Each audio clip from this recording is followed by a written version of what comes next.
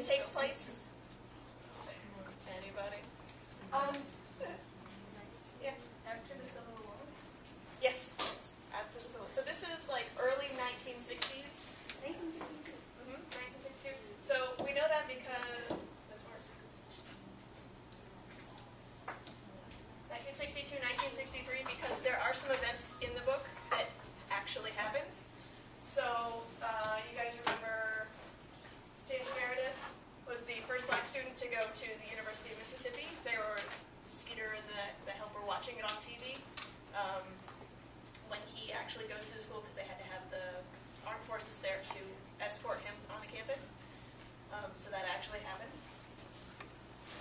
He was inspired by Kennedy's speech. You know, Kennedy spoke a lot about civil rights, and he was inspired to exercise his rights to go to that school. So Ole Miss was an entirely white school, so he went there. Then we had Medgar Evers. He was actually killed in Jackson, Mississippi at that time in '63. He was killed by, his name is escaping me, Byron, I'll find it later, who was a white supremacist, and we'll talk about him in a minute actually. So, all of this is happening in the 1960s. Do you guys know when the Emancipation Proclamation happened, or what it was? Any idea? Okay, so way back when Lincoln was president during the Civil War, he used his war powers to make slavery illegal in the Confederate States. He didn't bother with the states up north because it wasn't such a big deal at the time.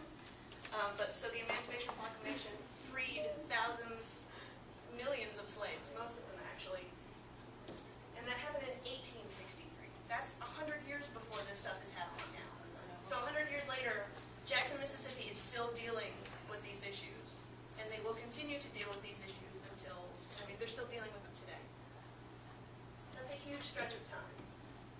The 13th Amendment was accepted by all the states a couple years later, and that's the amendment that made slavery outright illegal. Slavery and any sort of unwilling, unpaid labor, unless it's a punishment for a crime.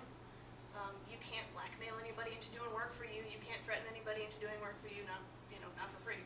So all that's illegal. And then continuing all the legal stuff, in 1964, after some of these events, that's when we finally have the Civil Rights Act. So that's the beginning of making things like segregation illegal. And civil rights helps not only, minorities, racial minorities, but it helps women too, because you remember when Skeeter's looking for a job, she can see women are getting paid less for the exact same job. So these are the laws that are going to start helping these people. And 1965, the Voting Rights Act, and that, I think they talk about that a little bit in the book too, how black people don't vote.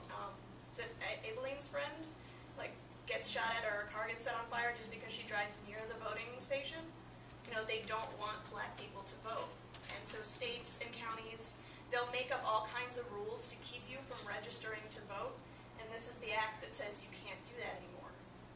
So, in an effort to get people to vote, in 1966, James Meredith, that same guy who went to Ole Miss, he had a march from Tennessee and all the way through to Jackson to encourage people to vote. And they got thousands of people, minorities, signed up to vote. So, we don't know exactly how many of them actually voted or whether they were counted, but they got out there and they got them signed up. So that's the first step. And then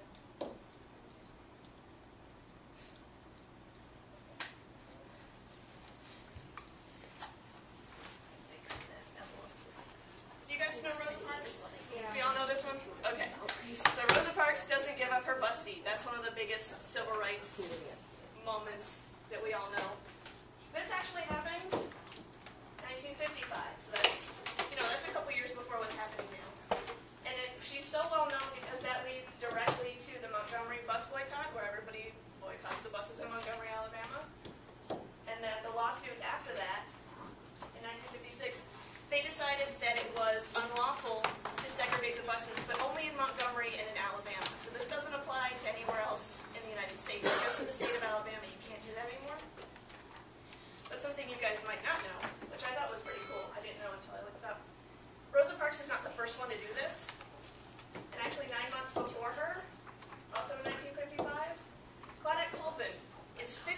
and does the same thing. And she's arrested for it. She refuses to give up her seat.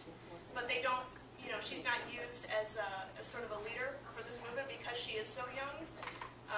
But it just goes to show you that people your age can make a big stink about things that are wrong. So I thought that was really cool. And even, it goes back even further than Claudette. 1854. This is before the Emancipation Proclamation. This is in New York City. Lizzie Jennings. There are streetcars pulled by horses, and she decides she wants to ride on one. She's running late, and she's told she can't, but she fights it, and there's a lawsuit, and the lawsuit happens in her favor. The law is upheld that black people in New York City can ride these streetcars. So that kind of shows you the difference between what's happening in the North hundreds of years before what's happening in the South. There's a huge disparity here between what's okay and what's not. So 1964, remember Medgar Evers? There he goes. Byron De La Beckwith. He's tried for his murder in 64. The jury gets to a standstill twice, so nothing ever comes of it. He's not convicted until 30 years later in 1994. So someone is still fighting this, which is awesome, but it's terrible that it takes that long. And then also in Jackson, the KKK bombed a synagogue, so they're discriminating against a lot of other people too, and they are still active. And I don't know why this thing's in my way, but there's a crime in 2011. There's another hate crime. Just so as recently as a few months ago, they're still struggling with these issues in Jackson. But 1997, they have their first black mayor, so there is some progress. It's sort of, I don't remember if it's the book or the movie or both, but they paint Jackson as being sort of the tail end of all this progress. So there you go, they kind of are. And then I wanted to share with you guys a couple authors, because this book is about black people getting the help, African Americans, all of them getting their voice out, getting their story told. But there are some writers who were doing this before the 60s, and even after. So I wanted to share some of those with you. Frederick Douglass, do you guys know him? No? Well, he was living alive in the 1800s. He was a former slave. He escaped slavery and went on to be a statesman. He traveled the world. He wrote a lot of his experiences down. I know we have this one in the library, the narrative. We've got a collection of his speeches. He gave a lot of speeches. We have some of those, and then more of his experience. It's really interesting, kind of the places he was able to go, even at that time. The stuff that he went through. Another that we have, do you know Zora Neale Hurston? She writes a lot. I'm actually from Florida, and she writes a lot about Florida. In Their Eyes Were Watching God. That's her most famous one, and I'm pretty sure we've got that. I know we've got the others. But she writes about, she was a folklorist, which means she went to other countries like Jamaica and Haiti and Honduras, and she kind of saw how they lived, and she took all that into her writing too. So she tells some really amazing stories from her own point of view and from her experiences. And this is, she was writing these in the 30s, so this is well before the stuff that we're finding out in the Help, and it's still from the South. And then Alice Walker, who you guys probably know for The Color Purple. So she came a little bit later, but she's in the same vein. She's also the first African-American woman to win a Pulitzer, which is a big deal in the writing world. So these are all people that are doing, in real life, they are getting these stories out, so it's not just fiction like in The Help. Some people don't maybe about it, but there you go. So there's some context for what we're reading right now. Okay.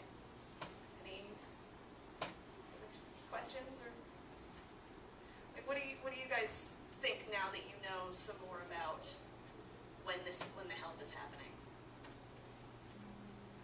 in the grand scheme of things? Yeah.